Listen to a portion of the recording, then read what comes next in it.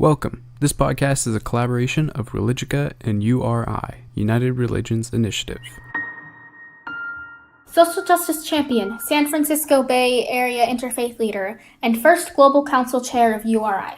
Nearing 100 years old, Rita Semel spent most of her life building bridges between diverse religious and ethnic groups. Rita is a leading voice in rallying people against discrimination in San Francisco and around the world. Today we draw on her experiences of a lifetime. Take a listen. You have had an opportunity to work in interreligious dialogue for some time. When did you first develop an interest in all of this? If I go back to World War II, I was married in 1942, and my husband was an infantry officer, and I traveled with him before he went overseas. He landed on Omaha Beach on D-Day +3. But before that, he was stationed at various places in the American South. This is 1942, 43, 44.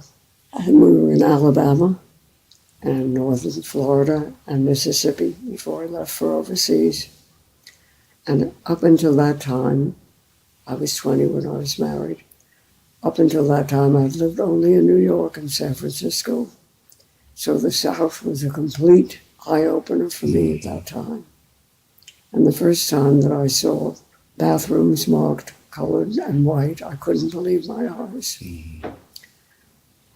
And so that was another college education. And then traveling with him in the Army and seeing the different people from different places having to learn to get along with each other was also an eye-opener. And when he went overseas, I came back to San Francisco, and I got a job as a copy boy on the Chronicle. And I had to sign a statement which said, I have taken the job of a man who was in the service, and when he comes back, I will give up my job. You had to sign that. Can you imagine that? I can't today? imagine today. Yeah. And that was expected. That was expected. Anyway, working first as a copy boy and then as a reporter, I learned a great deal about city government, about how the city ran and what was going on. And I found that I didn't want to stop working when my husband came home. I know in 1945, women were not supposed to work. They were supposed to stay home. And he came back from the service? And He landed on Omaha Beach, as I said, on D-Day +3. He was pinned down before the breakout at St. Lo for a number of weeks. And I'm sure he had a number of friends who did not survive that. Yeah, but he was wounded, spent a number of months in the hospital, but he did come home, for which I was eternally grateful. Absolutely. And I was very fortunate. I had a husband who understood that I didn't want to stay home, that I wanted to do work, and it was fine. In retrospect, I'm sure that if I wanted to stay home, he would have been much happier, but he never let me know it. He was very supportive. Because of the fact that I was supposedly temporarily at the Chronicle, one of the only women reporters on the staff who had been there before the war told me that she had a friend who was starting a weekly Jewish newspaper. In San Francisco, a Jewish newspaper? Yeah. Brand new? Yeah. Okay. It was called the Northern California Jewish Bulletin. Okay. And he had been the managing editor of another newspaper in town. And he was looking for an associate editor, and she recommended me. And she said, you've done very well, and maybe they'll keep you. But if they do, you'll go back to working nights and weekends. Your husband's coming home. And so he offered me the job, and it was 9 to 5. And so I continued to work there until I had my first child. What year was that? 1950. And then I did freelance public relations for a number of years. And doing that, I got to meet all kinds of different people. I did freelance for United Way for a while. And I did PR for various other organizations. It was the time when Israel was about to come into being. There was a lot of concern about that.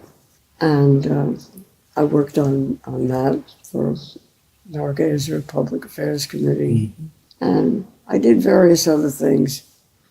And I finally ended up at the Jewish Community Relations Council, and I was there for a number of years. I ended up as the executive director.